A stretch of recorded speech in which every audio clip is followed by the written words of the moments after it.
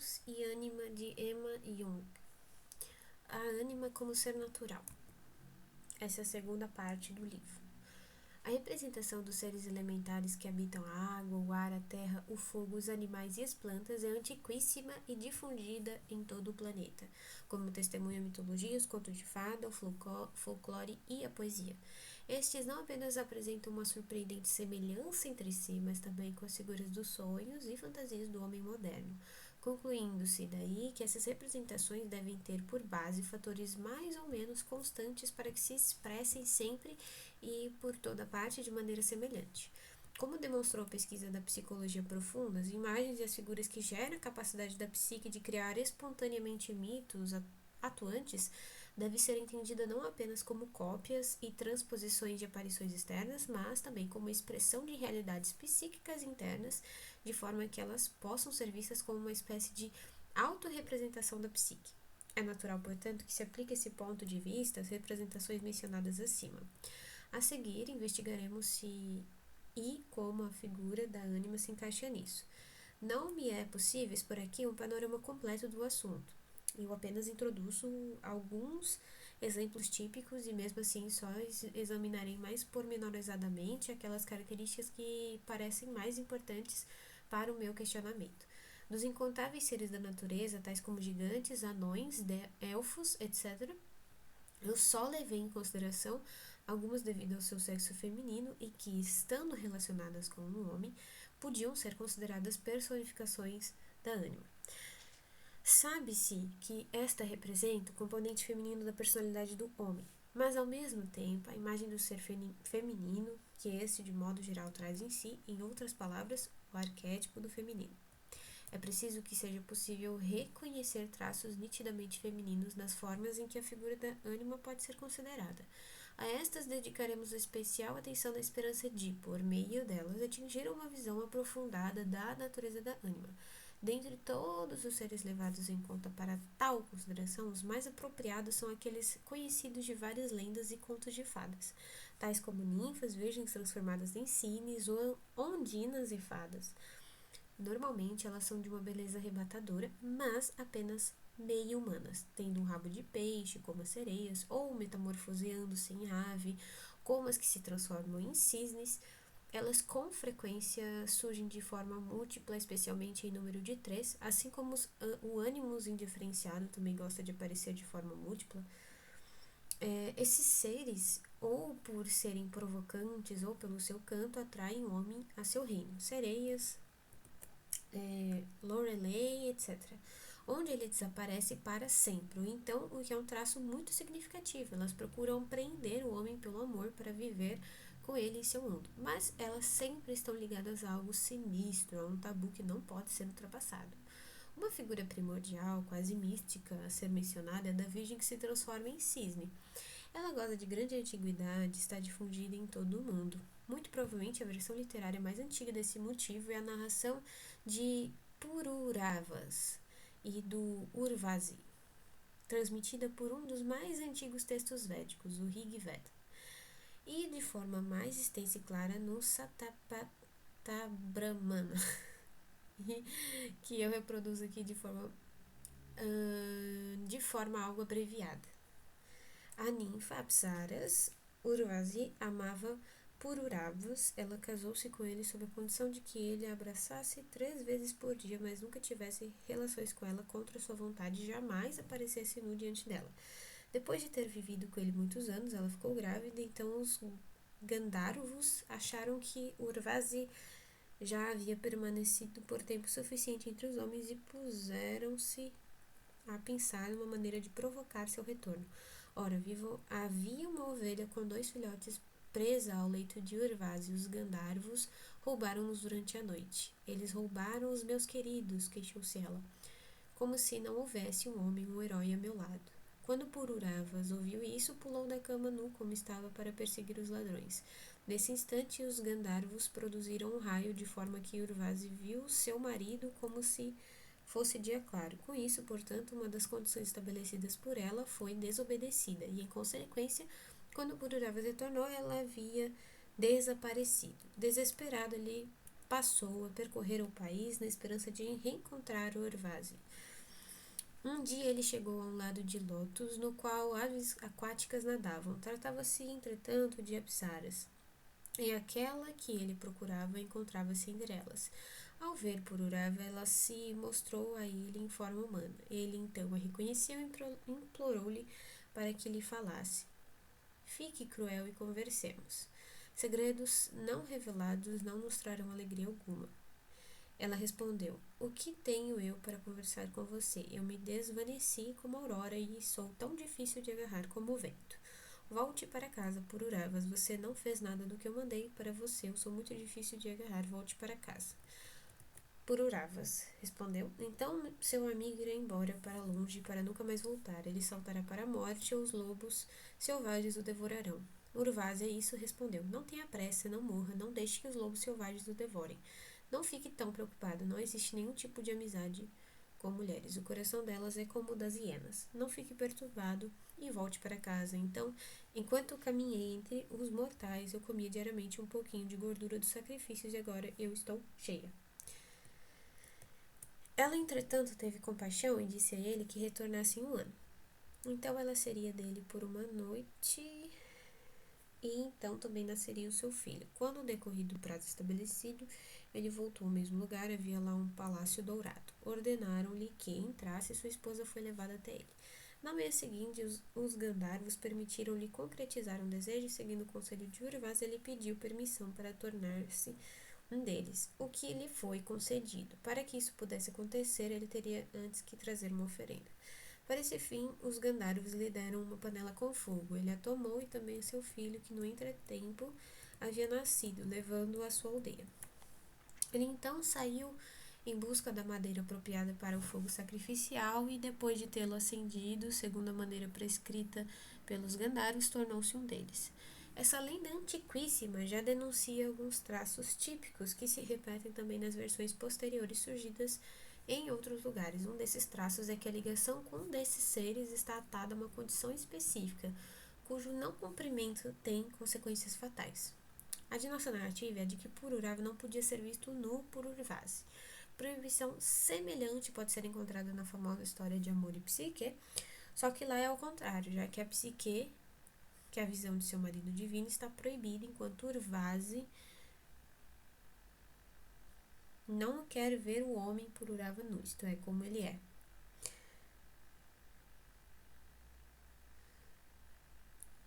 Peraí.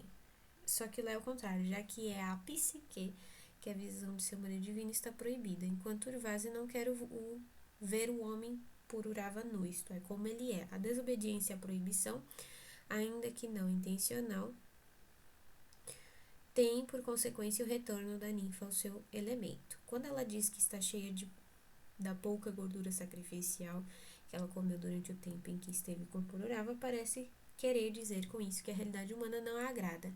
E quando retorna a seu marido, traz também o marido atrás de si.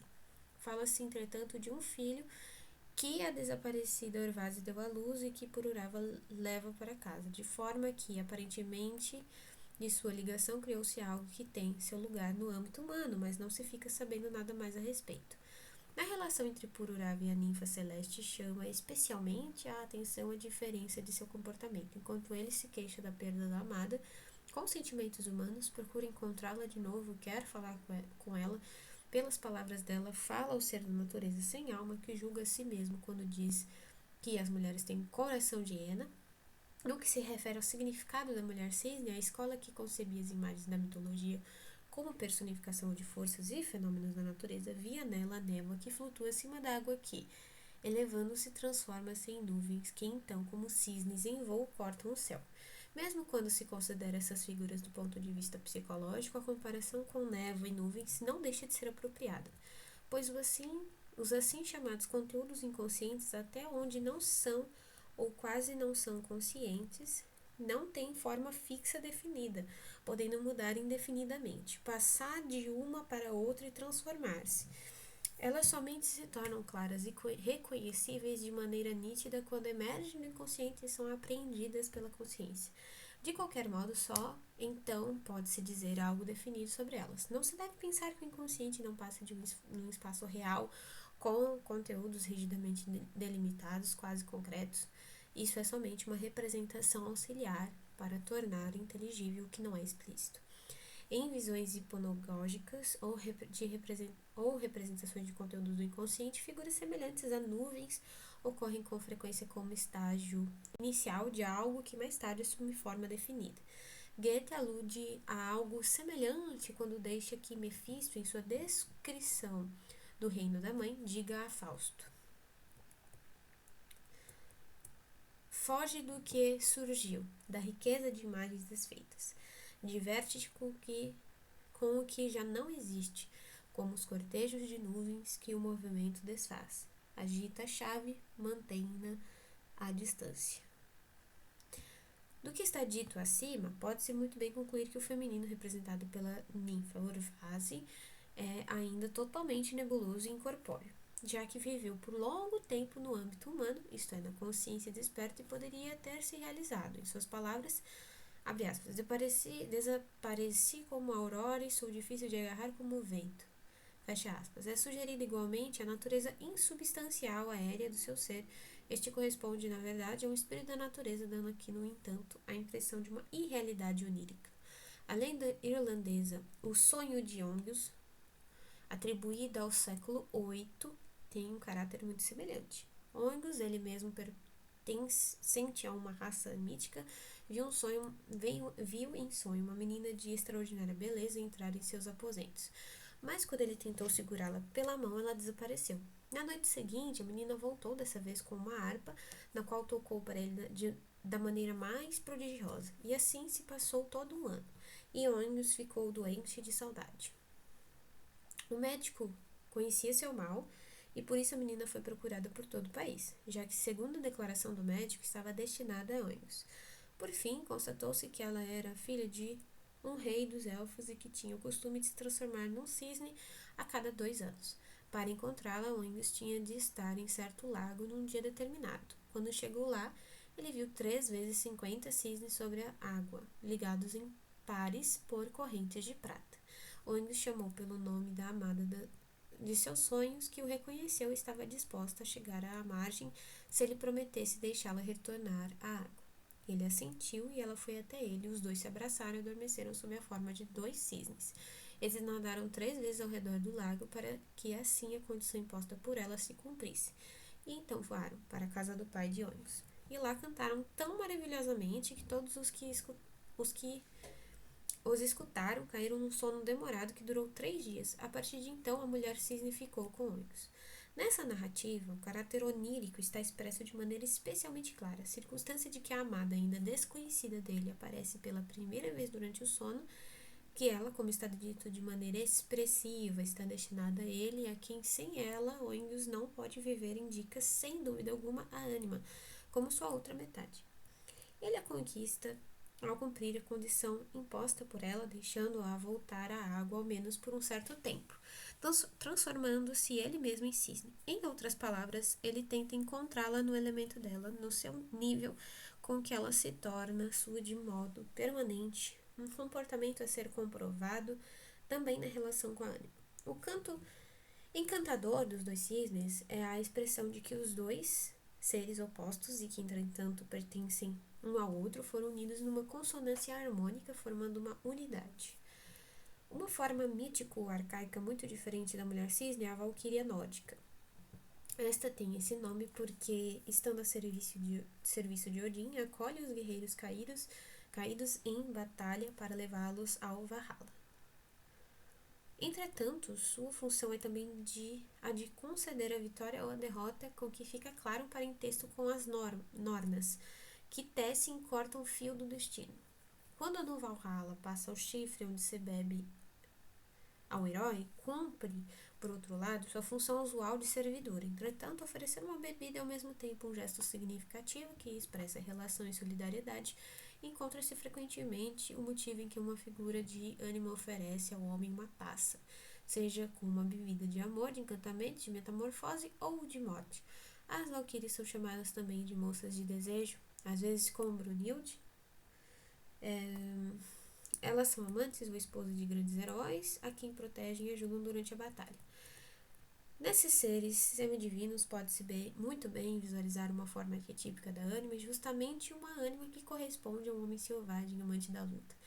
Disse também, portanto, das valquírias que sua grande paixão é a luta.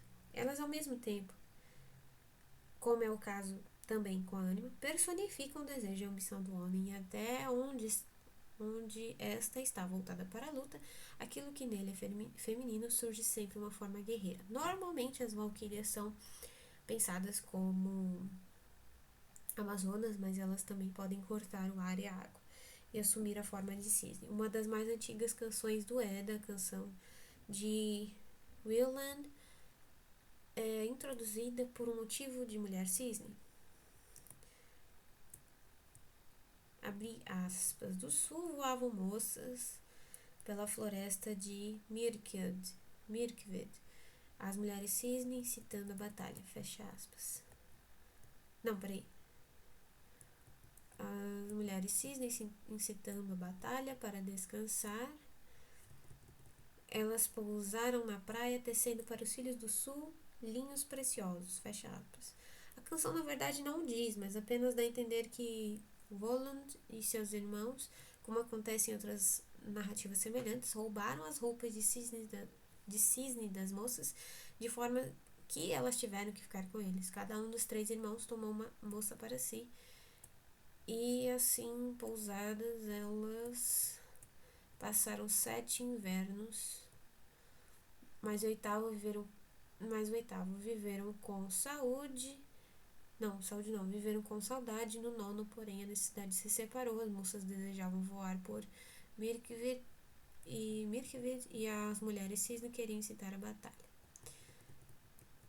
E elas voaram para longe, seguidas por 2 dos irmãos, que queriam procurar as desaparecidas, enquanto Voland, fundindo anéis de ouro, ficou esperando pelo retorno dos seus. A continuação da canção não diz nada a respeito, decorrendo de uma outra linha narrativa. É notável aqui que as moças sintam uma irresistível saudade da luta e, ao voar para longe, atraem os irmãos atrás de si. Em uma linguagem psicológica, diríamos que a saudade, o desejo de novos empreendimentos, torna-se perceptível primeiro ao feminino inconsciente, antes de chegar claramente à consciência. O desejo de algo novo, de outra coisa, manifesta-se em geral na forma de um movimento da alma, com uma emoção abafada e uma disposição inexplicável.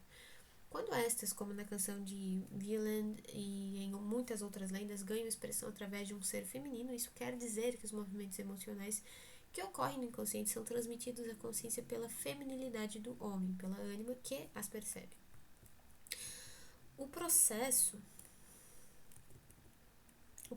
provoca um impulso, equivale a uma intuição que descobre novas possibilidades e leva o homem a segui-las e compreendê-las. Quando a mulher cisne deseja incitar a batalha, ela com isso desempenha um papel característico para a ânima de Feminspiratrix. No entanto, num estágio primitivo em que a obra a qual o homem é inspirado é principalmente a luta. Na poesia cortesã da Idade Média gosta-se de se representar a mulher nesse papel, mas de uma maneira mais refinada. O cavaleiro luta no torneio por sua alma, ele usa um símbolo dela, por exemplo, um lenço em seu elmo, sua presença o excita e aumenta a sua coragem. Ela lhe entrega o prêmio da vitória, que muitas vezes consiste em seu amor, mas frequentemente ela, de maneira sinistra, exige de seu cavaleiro tarefas sem sentido ou sobrenaturais como prova de sua devoção. Disse que o conde Guilherme IX de Poitiers, que tem fama de ter sido o primeiro trovador, mandou que pintasse um retrato de sua amada em seu escudo. É interessante acompanhar exatamente essa literatura como inspiração aos poucos, que vai se relacionando com outras coisas além da luta. O nome Senhora Venturi mostra, de qualquer forma, que a propriedade tão masculina do desejo de aventuras era personificada como um ser feminino. Outra particularidade da mulher cisne é de ser anunciadora do futuro. Ao decidir a sorte da batalha, preparando assim um destino vindouro, as valquírias são iguais às Nornas. Estas, por sua vez, seus nomes são Urd, Verdandi e Skuld, aparecem como personificação do processo natural da vida de ser e perecer. Na área céltica, o mesmo caráter, bem conhecido também dos contos de fadas, é atribuído justamente a elas, as fadas, cujo nome relaciona-se com Fatum e que da mesma forma costuma aparecer em número de 3. É muito frequente que o bem realizado pelas duas primeiras seja mais uma vez anulado pela terceira. Um traço que igualmente lembra as Nornas ou as Parcas. A canção dos Nibelungos conta como os Nibelungos que viajavam para encontrar-se com o rei Etzel chegaram ao Danúbio com suas águas agitadas e Hagin se adiantou para procurar um ponto em que pudessem atravessar. Lá ele ouviu um burburinho na água e ao aproximar-se viu Yusilvip, mulheres sábias que se banhavam em uma bela fonte natural. Ele rastejou até lá, apanhou suas roupas e as escondeu. Se ele as devolvesse, disse então uma das mulheres, elas o informariam sobre o que aconteceria a eles durante a viagem. Abre aspas. Elas nadavam como as árvores flutuantes sobre a corrente. Então, o que elas lhe contaram deixou-o contente, porque ele acreditou de fato no que elas estavam dizendo. Fecha aspas. Aqui também as mulheres sábias, semelhantes a aves aquáticas, surgem como anunciadoras de acontecimentos futuros.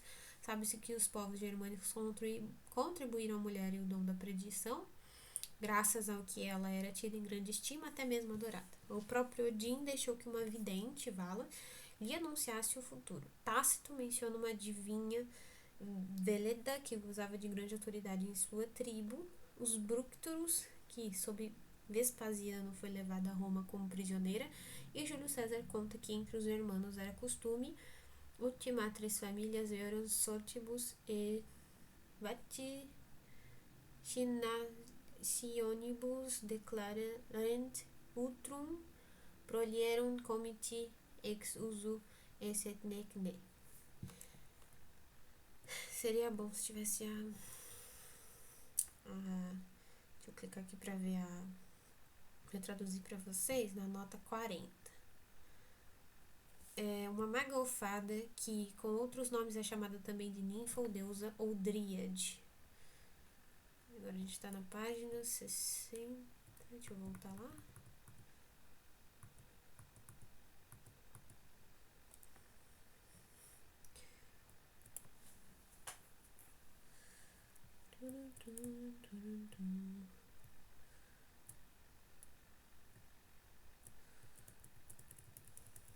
Aqui. Entre os gregos e romanos, a Pítia e as Síbilas desempenhavam essa função. Parece que tais concepções perduraram por longo tempo, como se depreende de uma história sobre Carlos Magno, narrada por Grimm, segundo o manuscrito de Leiden do século XIII. A lenda pretende esclarecer o nome da cidade de Aachen. Ela diz que Carlos mantinha lá uma mulher, quando mulheren fatam sibi candan fatam que ali o nome de ninfa verdea veladrias drias apelatur. Agora a gente vai ler a tradução, nota 43. Obras completas. Nossa, não botou a tradução, meu querido. Querido não, querida, né? Porque era Emma. Então, vamos nos contentar com a descrição que ela deu. A transcrição não, a descrição que ela deu foi o seguinte.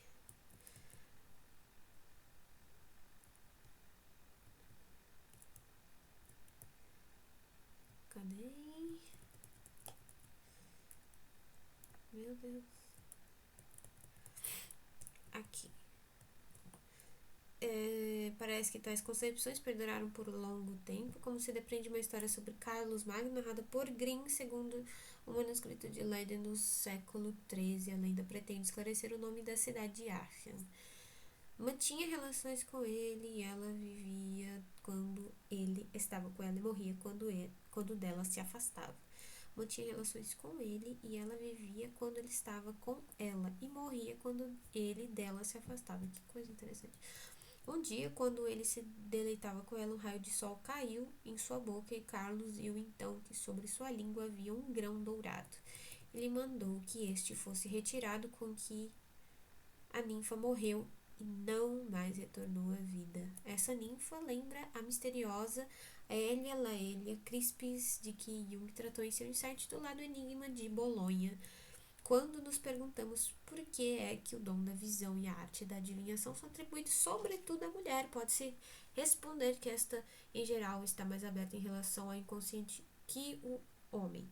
Receptividade é uma atitude feminina e exige estar-se aberto e vazio, e por isso Jung a qualifica como o maior segredo feminino. Além disso, a mentalidade feminina é menos avessa e racional